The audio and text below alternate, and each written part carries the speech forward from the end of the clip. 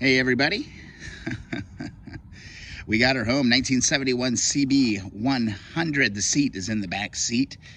And I'm telling you, the carrier worked really well. This thing is not going anywhere, as they say.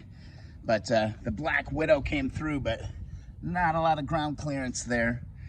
But hey, only time I struck ground is when I pulled up the ramp into the driveway. But yeah, we'll do a full tour of this bike, but this is a beauty. This is really cool. And I wouldn't haul anything much bigger than this bike on that carrier on this vehicle, all right?